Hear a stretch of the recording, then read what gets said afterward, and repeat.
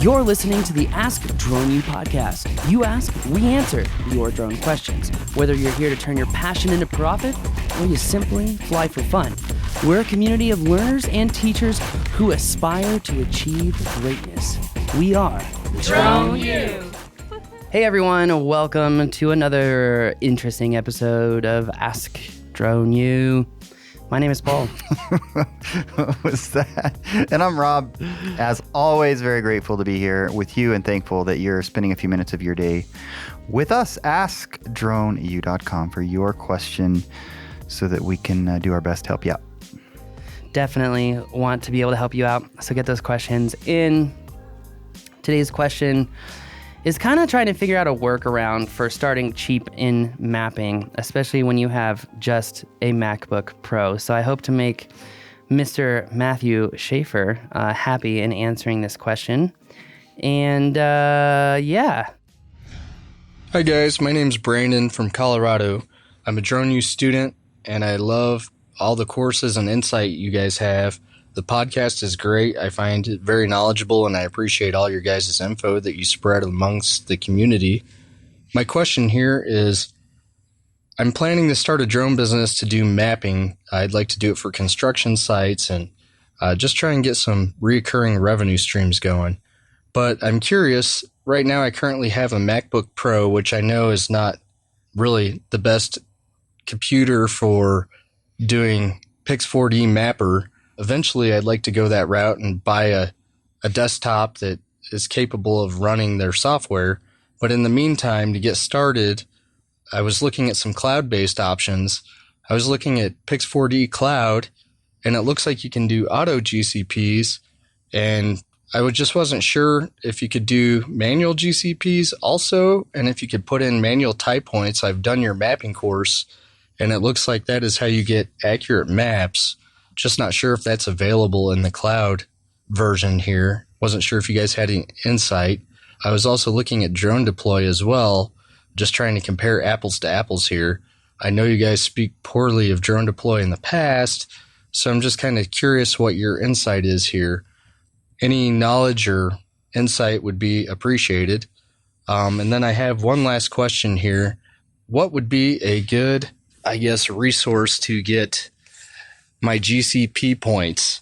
Trying to start out, I don't have a ton of money to spend. I don't know if there's like a GPS unit I should use. I know you've talked about the Leica, I think is what you've talked about in the past. I know the arrow points are an option, but those are pretty pricey to start out right out the gate. Could you give any insight onto a good tool to use to actually log my GCP points?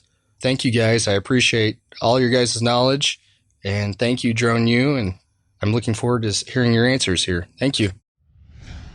Thank you, Brandon. Really do appreciate your time and your question. You got a lot going on there, which is great. You're really thinking through how to get this mapping business off the ground, which is awesome. No pun intended. I guess that's not a pun. It's play on words. Intended. No. It was not intended. In any case... All my puns are intended, but hey, who am I? Wow. I don't think that's true. I think people just it's only like the English wonks that are like, oh, you need an Oxford comma. I'm like, come here, let me give you an Oxford comma.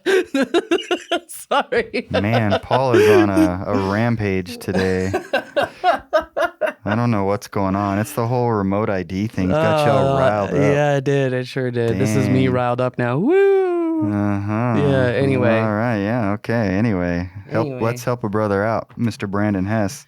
Okay, so Pix4D Cloud. If they are still giving clients Pix4D desktop to upload to the cloud, which I don't know if they're doing anymore, then he could still have a fantastic means of georeferencing his maps from Pix4D desktop to the cloud. So here's the thing with Pix4D Cloud, how it works.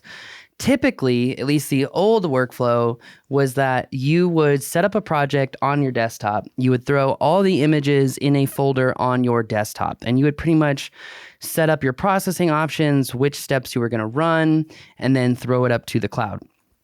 Now, typically, the way that we would teach students to do it is that if you were throwing up any large-scale projects to the cloud, that you would want to run step 1 on your computer and then mark your GCPs, re-optimize, and then send the project up to the cloud for processing after that. So you would set it up to essentially run step 2 and step 3. Now, if Pix4D is still giving users the ability to do that, then the cloud option might be good. Open Drone Map, seemingly getting better and better, which is free to use. Now, that said, typically when you're doing anything cloud-based, your ability and means of georeferencing decreases. So I haven't had a chance to retry DroneDeploy. I mean, I go through it in every mapping class now. But the last time I did georeferencing in DroneDeploy, we weren't able to zoom in beyond, I think it was like 50% of the image. So we weren't actually able to zoom all the way in to pixel level to be able to mark those GCPs. Now, for some of you who are not familiar with georeferencing, you're like, oh, that's not a big problem. I can still see the point. I can still mark it. Well, let's say that you are working for a surveying company and the surveyor was actually doing his job and looking up how these points were marked to see just how accurate the georeferencing is.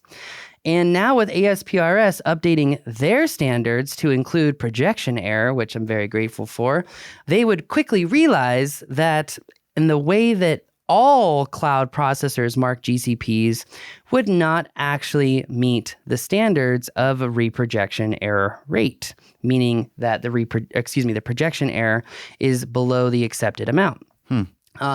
That's what happens when you can't zoom in all the way, and that's also what happens when you don't mark your images in like essentially changing a tire, like we talk about in class, so that you have a circular representation of photos that are marked around a given GCP.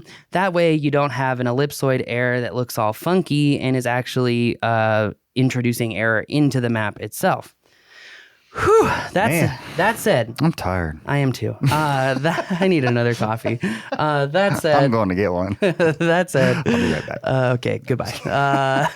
If he does have a MacBook, he can run Parallels, which essentially splits up the hard drive. You can run Windows on a MacBook. And he should be able to run Pix4D that way. The only potential issue that I see happening, and I would actually have to ask Matt if he's run into this issue, but when you are uploading from Pix4D desktop to the cloud, are you actually able to upload the photos to Pix4D cloud? Because the cloud is so finicky about this that you've got to have all the photos organized exactly how they're uploaded into Pix4D, and you've got to have those photos in its own folder, no subfolders, on your desktop. And then it rips the photos from there up to the cloud. So by going into Parallels, I forget, or is it Bootcamp? Is the other way of doing it. I would just wonder if there are any issues with the cloud reading Windows correctly or incorrectly when running from Bootcamp or Parallels, just because I could see that being an issue. I don't know if it's an issue. It's probably not an issue. Theoretically, it wouldn't be because it's operating as Windows. Correct. You still do it on desktop. Should be good. But yeah, agreed. Yeah, agreed. Now, that said, DroneDeploy, I will say, man, they have really done a lot of work for increasing the overall accuracy on orthomosaics. And I would say DroneDeploy is still a fantastic option for any 2D deliverables. Let me say that one more time, 2D only. As we had recently proven that when we upload multiple acquisition plans into DroneDeploy, there's no way to merge those plans together or those acquisition data sets together. And so, I finally proved this by going into the point cloud of one of our projects and then literally cycling through the point cloud to see that, oh shit, there are really 2 layers of road. Damn it. And there was no way to merge those together with MTPs or GCPs. So when it comes to 2D stuff, look, DroneDeploy is awesome. They've focused on that, and they've done a fantastic job. Their georeferencing seems to work for most clients. I'm not sure if it's survey worthy, but I'm also not a surveyor. So I could not tell you what the most ripe industry for disruption would say about that.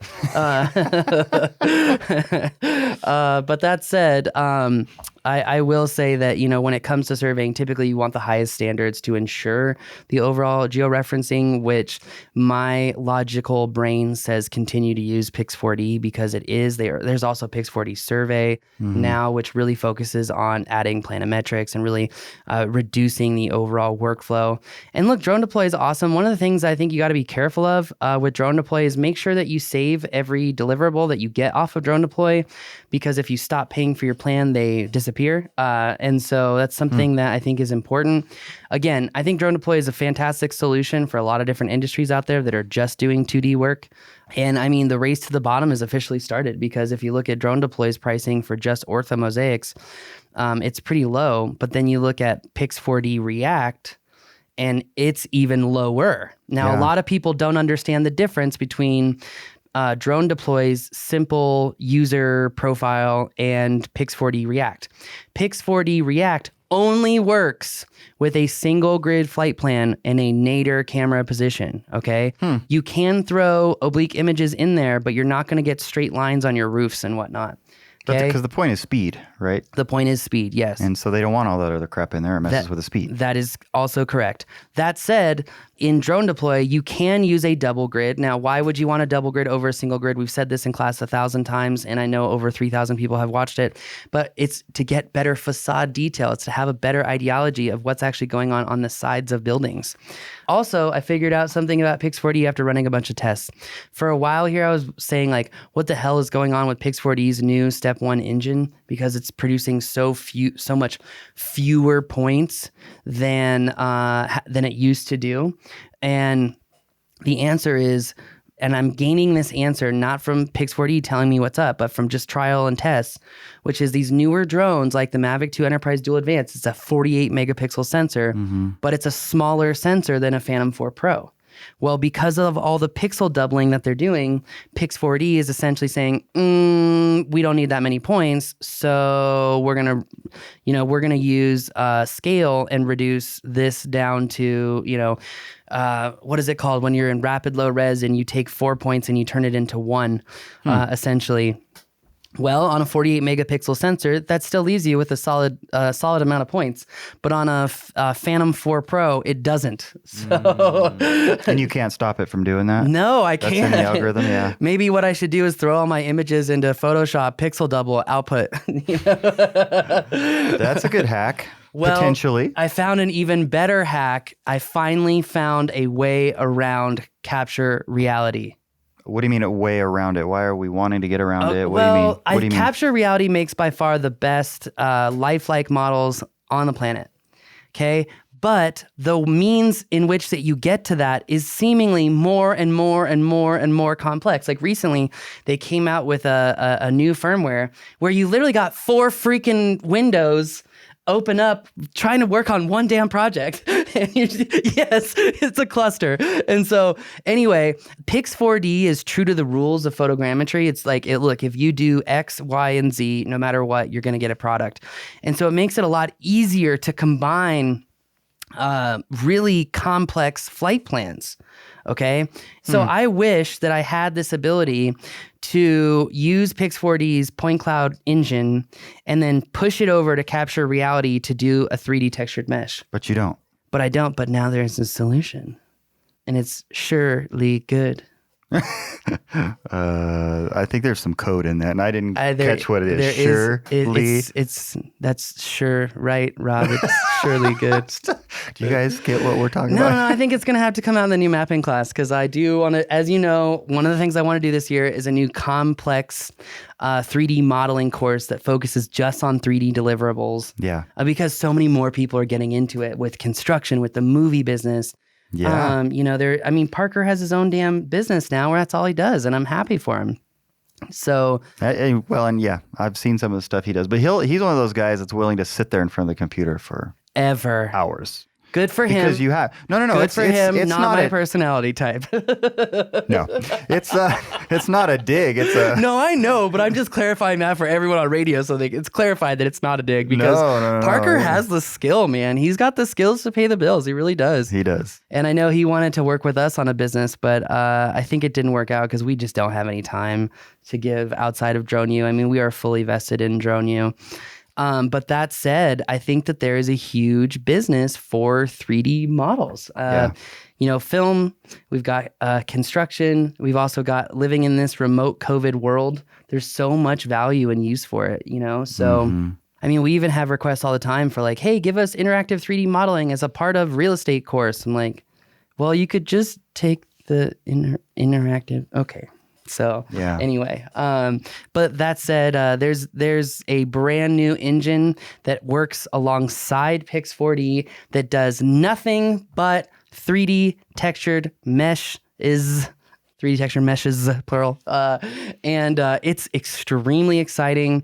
So in this new class, I don't know, we're redoing the 107 to really be robust. But after that, I'm getting into complex 3D models.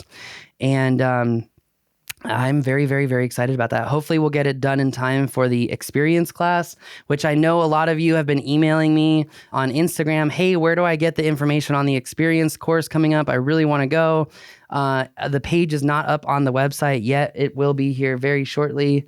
By the time you hear this show, it will probably be up there. Yeah. So remember, there are only 8 seats for the experience training. But remember, there is another class kind of tacked on to that, which more people can attend. This is creating scalable, autonomous systems in your business.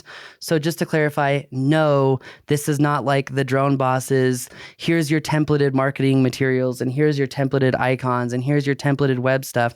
No. This is actually how to produce autonomous algorithms on your website through a specific system that it scales every aspect of your business except going out and flying. So it allows you to take more time to fly. It allows you to take more time to onboard clients so that you can create a truly scalable business.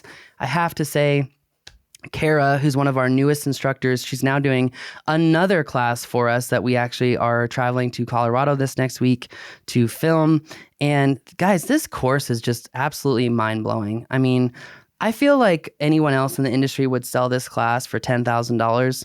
And I've never seen a class like this, even at the university level, where they're like, hey, here's how to take your business and autonomize the whole thing, other than actually doing the work of flying your drone. Because if they had this at the university level, they would charge $100,000 for it. Think about this.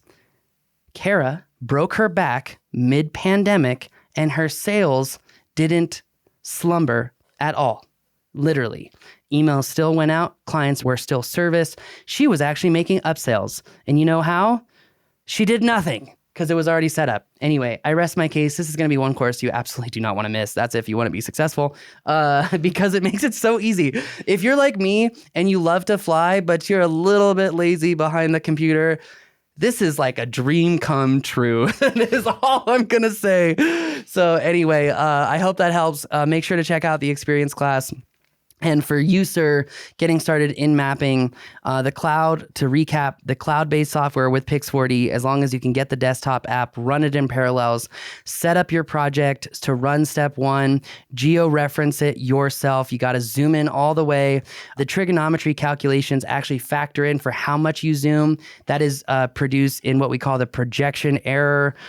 So you want to make sure you do that on the desktop. Then you can process step 2 and step 3 in the cloud.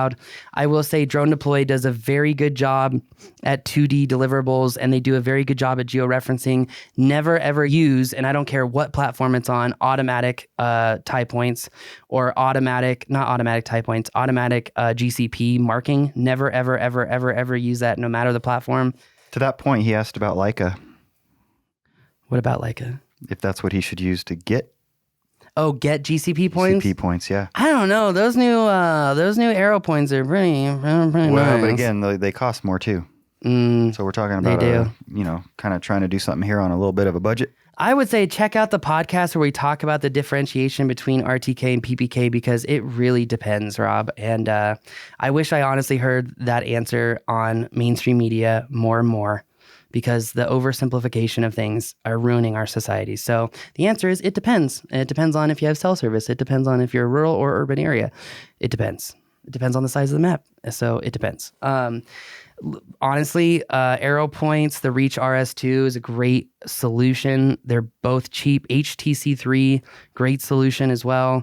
And I would say check out that other show because we don't have enough time to go over all that information right now. Well, no need. It's already in a show. That's right. Anyway, on that bombshell, which was not a bombshell, which I don't care if it was a bombshell, that's going to do it for us today. My name is Paul. Bombshell 3 times. I'm Rob. Rules of 3, it's a bombshell.